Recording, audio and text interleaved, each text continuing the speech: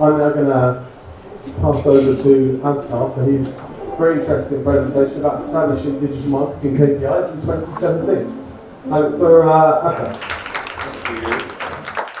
This is actually a surprise because initially when Melissa reached out to me, she said that, I want you to do a presentation on digital KPIs. And I thought I would send the deck, put it on SlideShare, and that's the end of that. And then I got the EDN.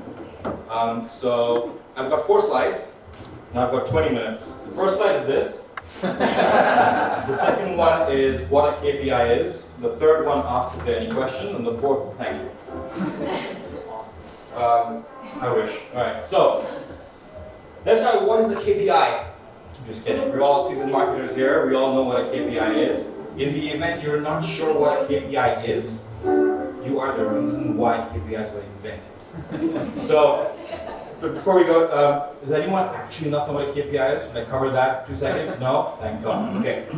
So, let's spend about 2 minutes talking about how we got to where we are today.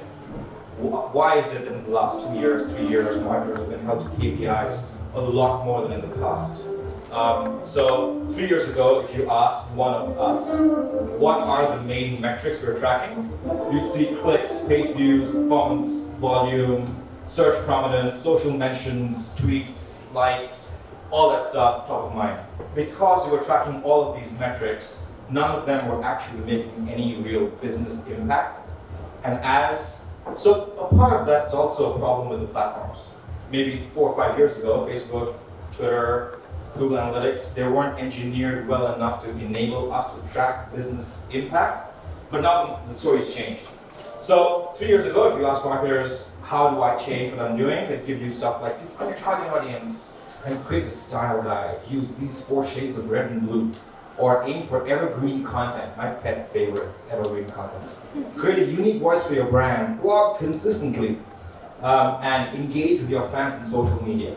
So if I had to make a word cloud of all this stuff, it would look like that.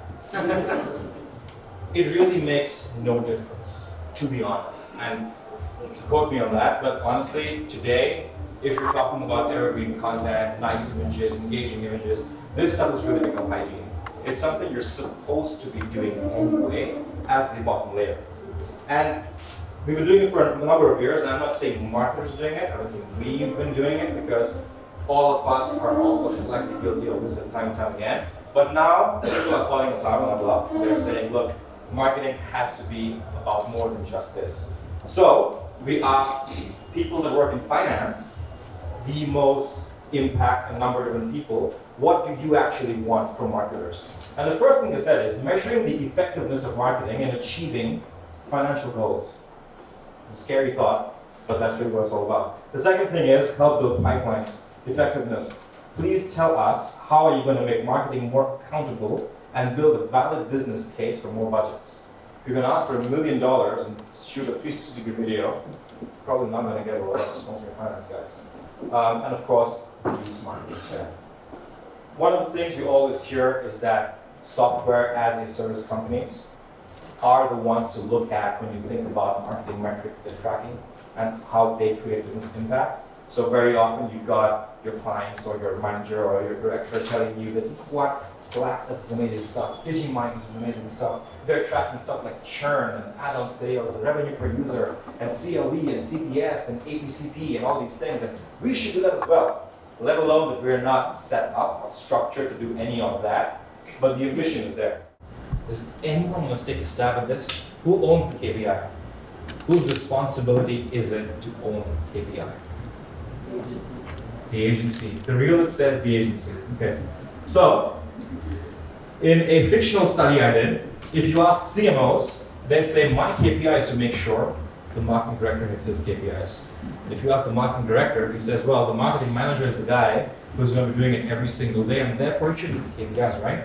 The marketing manager says, I hired the agency, and that's what I'm paying them for. They should manage the KPIs. And you ask the agencies, which is me, and they say, well, it's the client's KPI that I'm going to hit. So eventually, what you see is no one really wants the responsibility of a KPI because it's kind of scary. But once you hit them, everyone wants to kind of take the credit for that.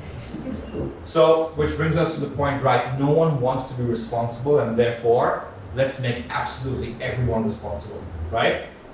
Probably not, because it's a quote I like. If everyone's responsible, eventually no one's responsible. So the key really here is that when it comes to owning a KPI, you can't hand it off to one person or two or three or four. It really has to be, you have to define who is going to play what part in owning a KPI. If you're going to tell your CMO that he is responsible for measuring cost per clicks, and if a CPC goes down, it's his fault, you'll find yourself browsing linkedin.com/jobs at 3 a.m. on Monday. So try and define roles for everyone that they can play. The CMO has a stake in the KPIs, but for him, he really has to be the remover of obstacles, maybe someone who's budget. So you say, I need access to a specific tool in order to track my KPIs. It's going to cost 35 grand. I need you to approve this. If you're going to approve this, I'm not going to hit my KPIs. So he says, sure, my role in this entire thing is to give you what you need. In a world where perhaps you're working with a client that's got a media agency, a creative agency, a mobile agency, a search agency, a social agency, maybe the marketing director is the guy that makes sure that every single agency speaks to each other and shares data. So perhaps his role is to ensure a process exists to ensure that whoever owns the KPI is actually able to get those results from someone. So for example, if you've got a social campaign running and you tell your social agency that it's their job to ensure we get the right amount of leads and click-throughs, and the media agency refuses to give them the data, they're not going to be able to track that on a daily basis. They're not going to be able to track it every week, every day, make changes, optimize. So it's probably his job to make sure that happens. Marketing manager, I guess, has to align the goals for the quarter, make sure what's happening on a weekly basis. So really, I won't go into detail, but essentially you really have to define who plays what role in these KPIs so that on day 365, end of the year, when you hit your KPI, when you don't hit your KPIs, you can go back here and figure out who do we speak to about this. The share of responsibility should probably look like this. Everyone owns an equal pie, but in reality it's more like this. The yellow is the agency, the green is the CMO. Here's the reality. Question number 2 is who sets the KPIs? Anyone want to take a stab at that? Who should set the KPIs? This very positive voice in the back saying, agency. Business and marketing together. Absolutely. The business should. It shouldn't be somebody doing it. It should be the nature of your business that defines what the KPI should be. Question 3 is, what should we measure? Let's pretend that we are all Ariana Huffington and we own the Huffington Post, and our KPI is page views. One of the mistakes that we often make is we get obsessed with just the KPI. We're looking at just page views. We're tracking that every single day. We've got a mobile notification that comes to us every hour about how many page views we have, and we obsess over that. We lose sight of the larger picture. So one of the things that I've found that are very useful is you should figure out what are the supporting and the driving metrics for a specific KPI. So in terms of page views, perhaps what you see is the number of emails you sent, total media mentions, social traffic, referral visits. All of these things are actually going to impact your KPI of page views. So let's say we need to hit 200K page views a month, which is actually 10 times less than what they get every day. But for example, let's say by emails, you've got 20K page views, referral visits about 60K, media does 10K, and social traffic does 100K, 10K page views. So these things are driving your KPIs for you. And then you figure out how much are you spending to actually get to these KPIs, or get to these numbers. So emails, perhaps you're subscribed to MailChimp or Mad Mini or something, and you're spending $400 a month on that subscription, and that you're sending out EDMs to your customers every week, and that's getting you X amount of page views. Perhaps you've spent $8,200 on Facebook ads, and that's getting you over 100K page views a month. Once you've got this figured out, you start to look at how much is every single page view costing you. So it's a simple exercise in which you go, right, from emails, 2 cents is what it costs me to get a page view. 4 for business is 13 cents, 12 to media, and 7 for social undergrounders. And therefore, what you kind of do with this is, you say, right, I've been sending 7.5K trying to see my articles, my links. Supporting driving metrics is something that are often forgotten. And really the chart to keep in mind is, that's your KPI, which you track, but you actually obsess over these supporting metrics. At the end of the day, these things are actually going to help you hit your KPIs. How should you measure? I have absolutely no idea. Many ways in which you can do this. You've got massive tables and charts in which you're tracking every single thing. You've got paid, owned, shared, earned. Yeah, you could do this. You could do a periodic table kind of thing. You could have a dashboard. There's many ways in which you can track metrics and you can track KPIs. But the thing to remember always is that there is no standard way in which you can track your KPIs. It should be something you're comfortable with, something that you can go back, take a look at, actually find something of value in there to change a decision you've made. So the important thing is you identify business goals and you figure out how I'm going to track this. So construct a framework that works for you. Maybe what you do is you spend it out. I love Excel, by the way. It may have something to do with me being Indian, but I don't know. So you're tracking every single week, you're tracking traffic to blog, your page views, your leads, your conversion value, and every single week you take a look at this stuff. In week 2 of April, you actually see a huge uplift, and you go, maybe this month, maybe this week, there was some really interesting content I created. Maybe a specific ad set that I had worked really well. Therefore, I want to keep doing that for the next following weeks. And then you see something like a massive number of conversions in week 4 of April, which you can possibly attribute to week 2 in April. You've got a huge amount of page views, and these guys converted 2 weeks later. So a table like this, something like this, which makes sense to you, actually not just gives you information, it provides you with the insights to improve upon what you're doing in your marketing. So you start off with a table that works for you, and then you expand on that. Essentially, a simple thing you could do is just add percentage qualifiers to give you oversight on how much has it gone up by, how much has this dropped by. So you'll come across stuff which says your conversions actually dropped by 1%, but your values went up by 9%. Less people converted, but at a much higher value.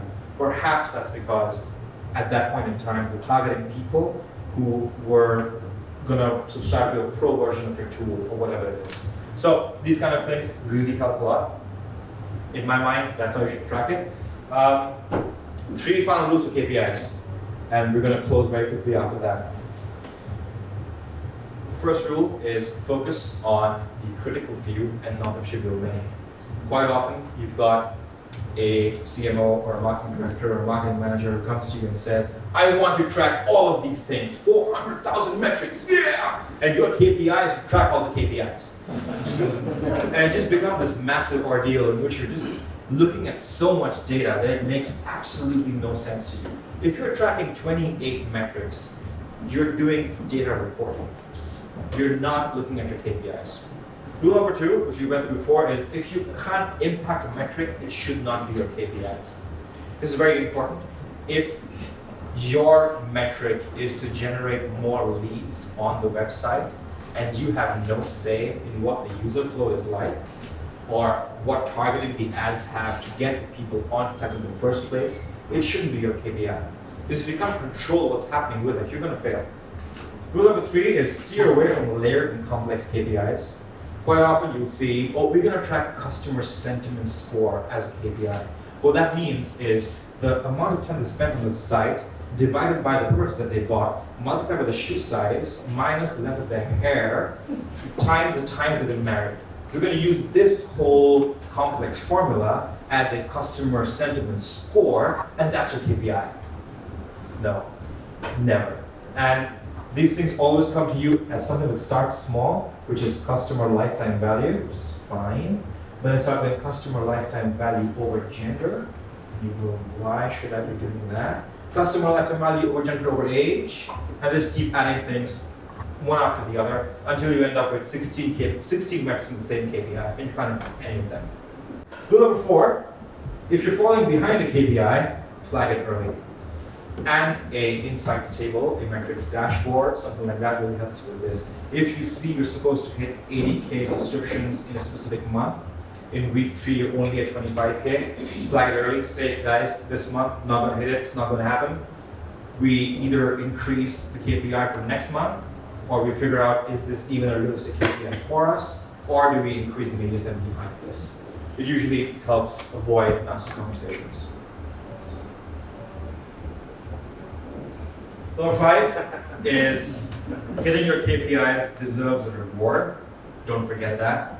If you're working with a partner, a boss, a director, a client that tells you there is no reward for hitting your KPIs, your time, your effort, it's all being wasted. So really, if you hit your KPIs, there has to be some incentive for you in that. Selfish thing to say, but to be honest, it's the reality and that's how it should be. And with that, very short presentation, let's see how that.